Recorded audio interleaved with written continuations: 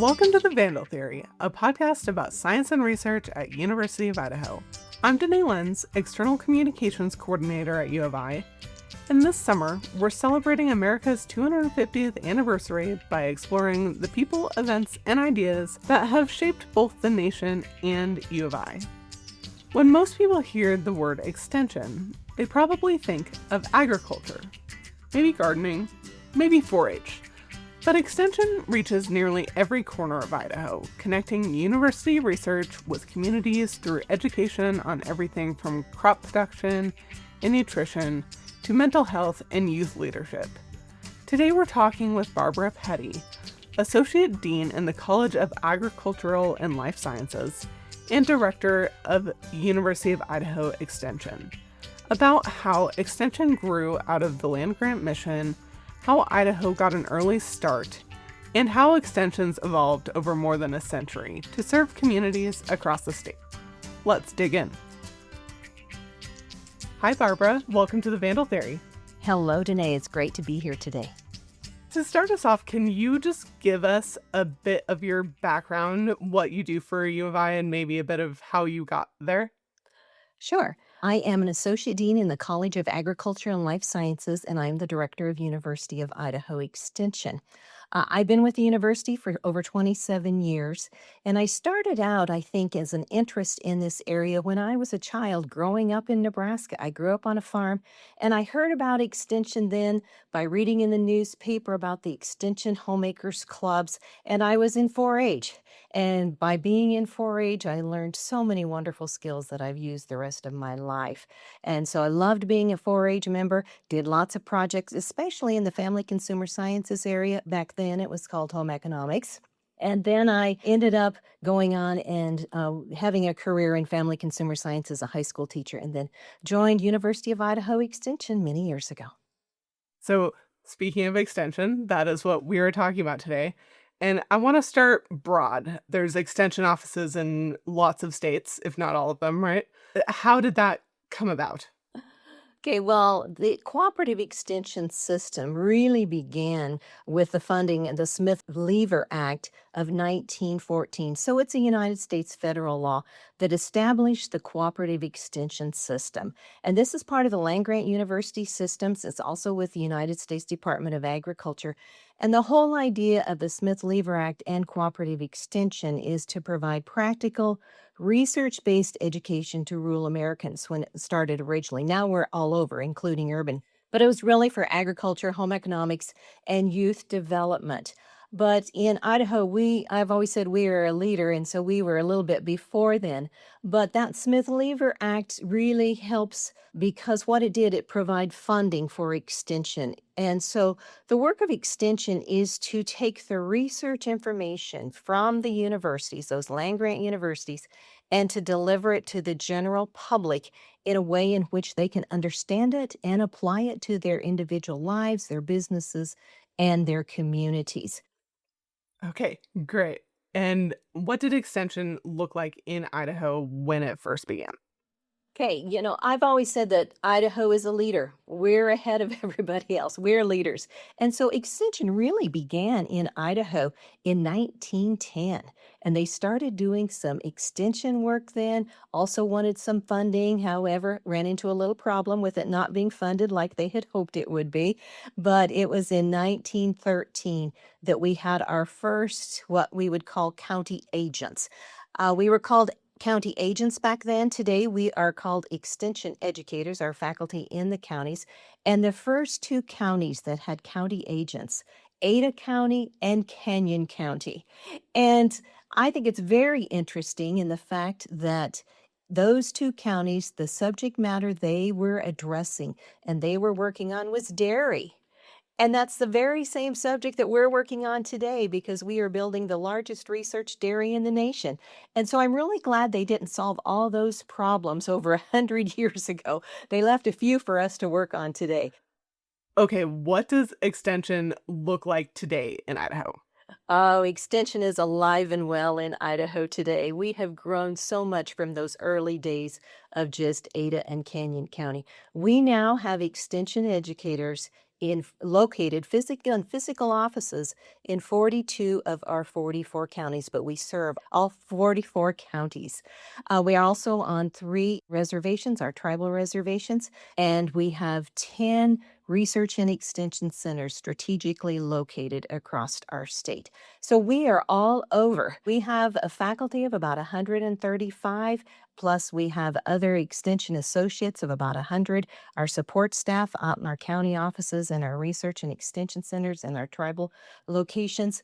So we are often referred to as a small army out there, and we are out there to help the people of Idaho solve problems, develop skills, and build a better life. And that's part of our mission, is to take that research information to connect the universities with the communities.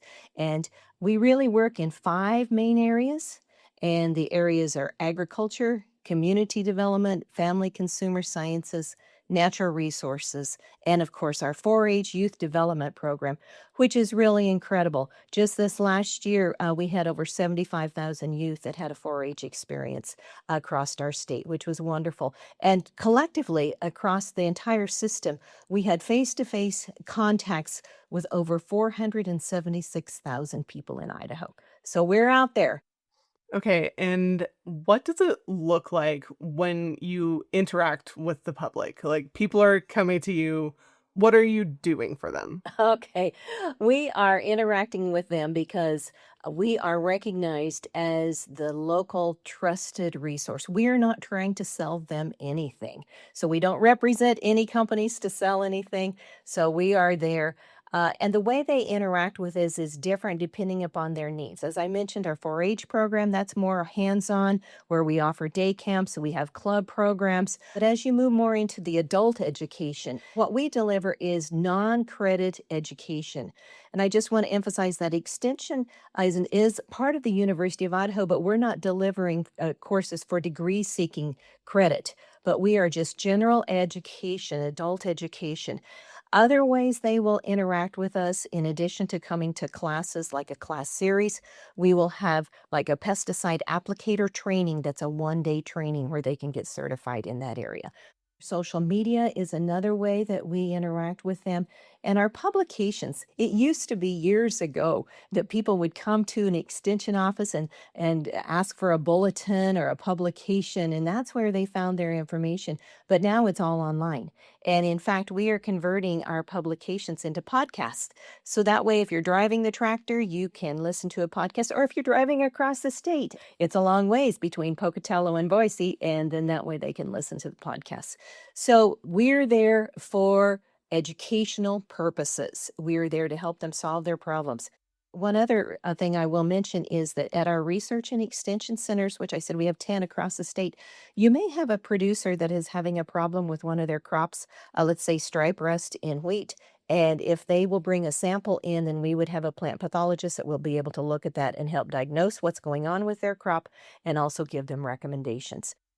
Can you maybe give a real world example of extension's impact on people's lives and their businesses?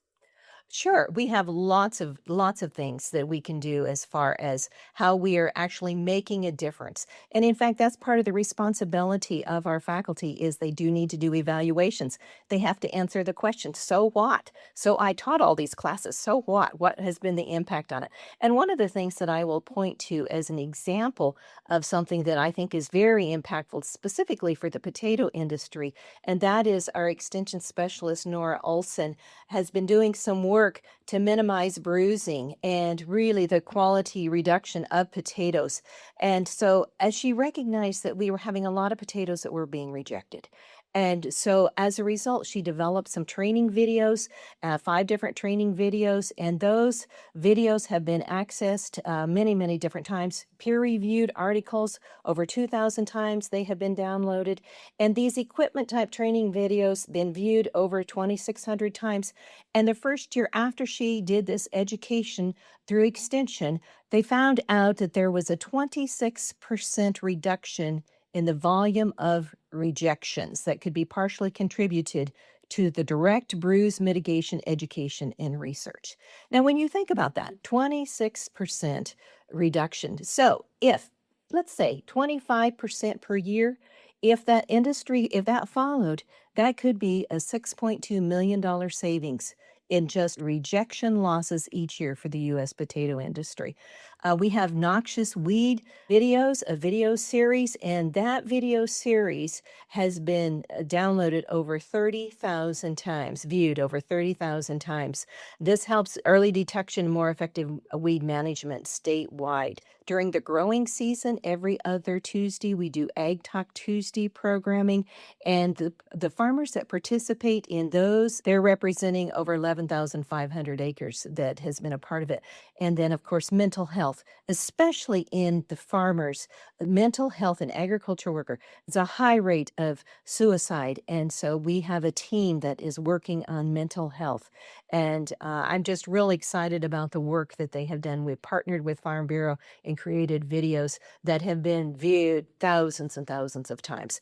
So I think in many ways, we are not the same extension system that we were in 1914. I really hope that we are better than we were then. I know we are, because our reach is just tremendous. And as I mentioned, over 476,000 face-to-face, and that just doesn't count all the brochures and all the articles in the trade magazines that we are a part of. So we're there, we're out there. So just one final question. What do you most want people to know about Extension? I want people to know that we are their trusted resource, local trusted resource. Or we are here to serve the people of Idaho, and we are here to help people solve problems, develop skills, and build a better life. Awesome. Thank you so much for being on today. This has been great. Thank you. Thank you for listening to the Vandal Theory. You can visit our website at go.uidaho.edu/vandaltheory to learn more about our research. Email us at vandaltheory@uidaho.edu. We are on all the podcasting platforms, so please rate and review and subscribe. I'm Danae Lenz. Thanks for listening.